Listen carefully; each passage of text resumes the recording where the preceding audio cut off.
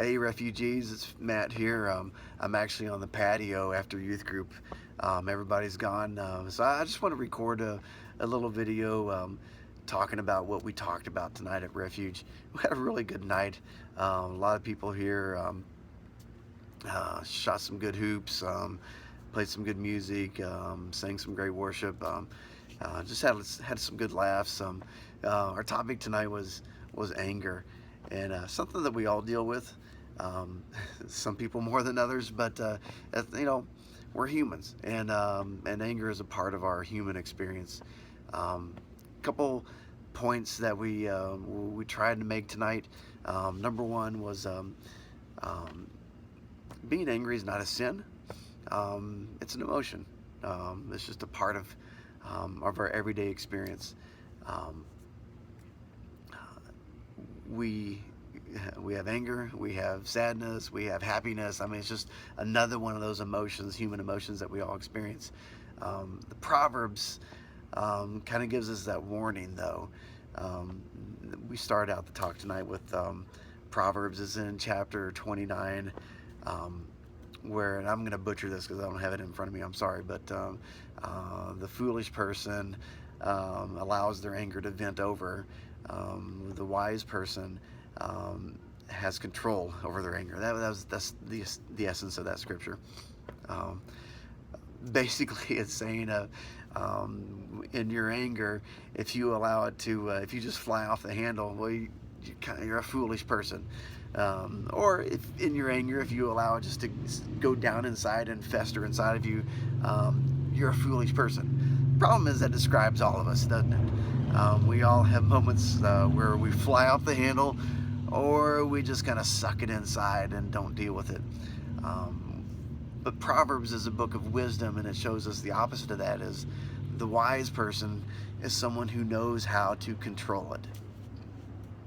I just had a reference here to the Incredible Hulk in that movie where he says, "That's my secret. I'm always angry." You know, just meaning that I just know how to control it. Anyway, I just had a little ADD moment there. Sorry. So that first point was anger is not a sin. It's something that's going to happen to us, and it's not a guilt thing. When we feel angry, we shouldn't think, "Oh my gosh, this is a bad thing. I shouldn't be experiencing this if I'm a follower of Christ." Um, we looked in Scripture a couple places where Jesus himself experienced anger. Um, he had a lot of anger toward the so-called religious Pharisees, and he reserved much of his anger in that direction, righteous indignation. Um, so, wanted to hit that point to make sure that everybody understood that basic philosophy. The second point was an extension of that.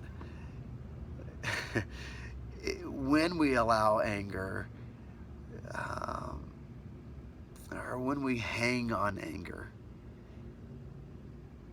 or when there's things that we get angry about over and over and over again. Sorry, I lost my camera there. That's when it seems to become a problem, right? Here, I'm just going to do this.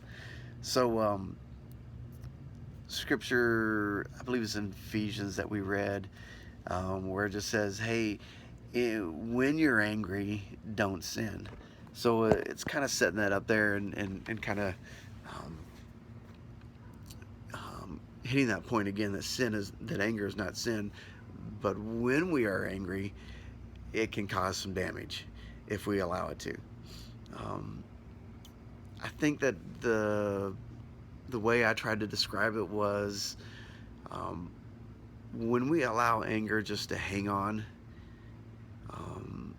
or when we allow anger to come back time and time and time again in our lives, it creates a foothold inside of our heart um, for Satan to enter in and just to grasp a hold of our heart and our soul.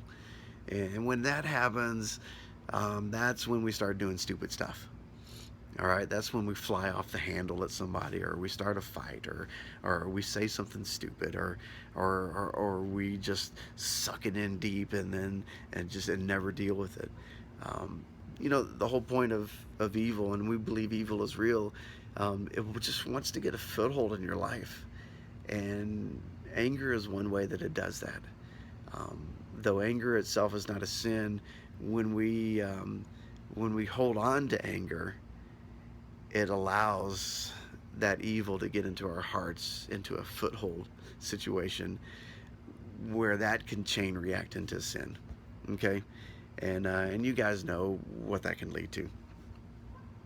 So, third point tonight, and my last point was, um, we've got to identify it, call it out for what it is, understand those things that really are problems for us, and it's different for everybody. Sherry shared some things in her life that are a problem, road rage and some parking situations. You just had to be here to hear that story. That was great. Jeff shared some things that he struggled with in his life, where anger lingers and causes us to do stupid things. All right, just like the proverb says, when we don't know how to handle anger, we do foolish things. All right, that's just the bottom line, really. So we have to identify it. And if we're really truly followers of Christ, we got to learn how to forgive. All right? That's a hard one.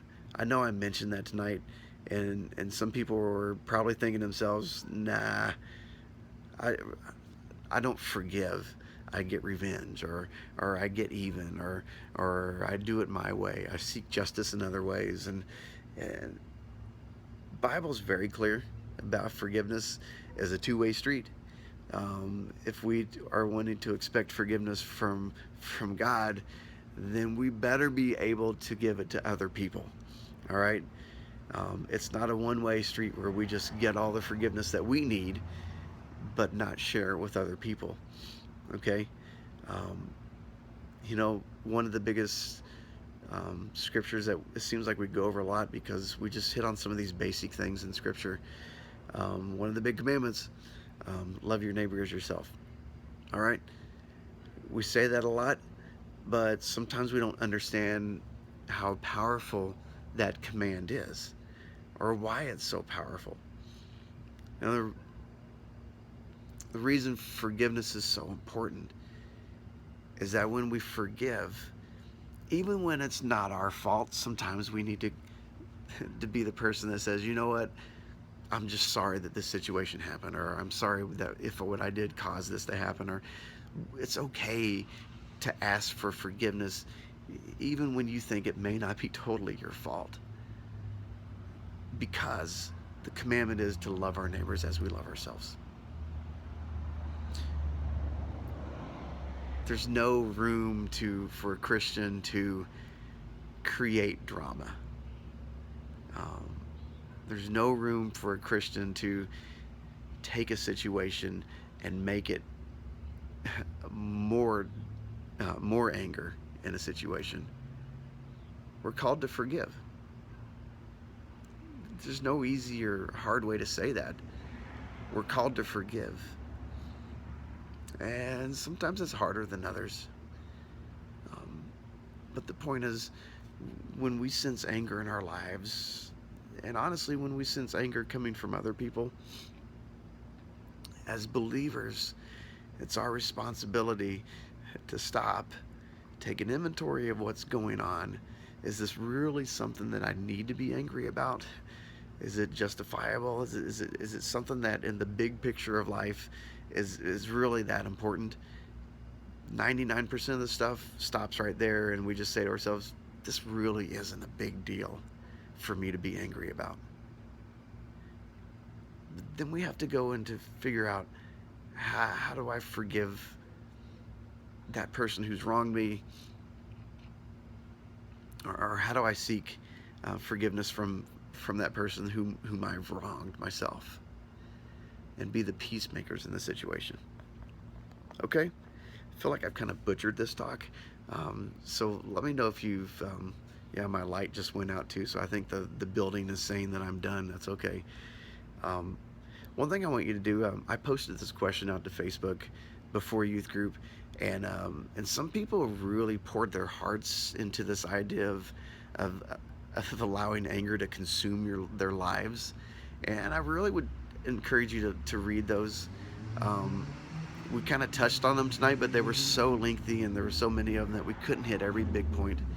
Um, but these are people that who are my age or a little bit younger who are saying, I wish I would have tackled anger issues when I was in junior high and high school because it affected my whole life up into adulthood.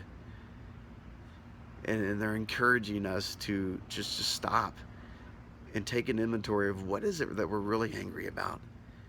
Learning how to forgive and let go of things when we're young really affects the quality of the rest of our lives. Not to mention that it is a godly thing to do. Okay, I think that's all I got. I hope you guys had a great night. Those who weren't here, we miss you, and we hope that you come back soon. We know that summer's driving a lot of people in a million different directions. Next week, though, we're talking about pride. And you know what? If you have a story in your life where pride is just taken over, and maybe you've made a fool of yourself because you were a little bit too prideful in a situation, we'd love for you to we'd love for you to share it next week. Um, Hit up Sherry on Facebook and let her know that you'd like to talk, and we'll get you onto the agenda. Okay. Good night, guys. See you later.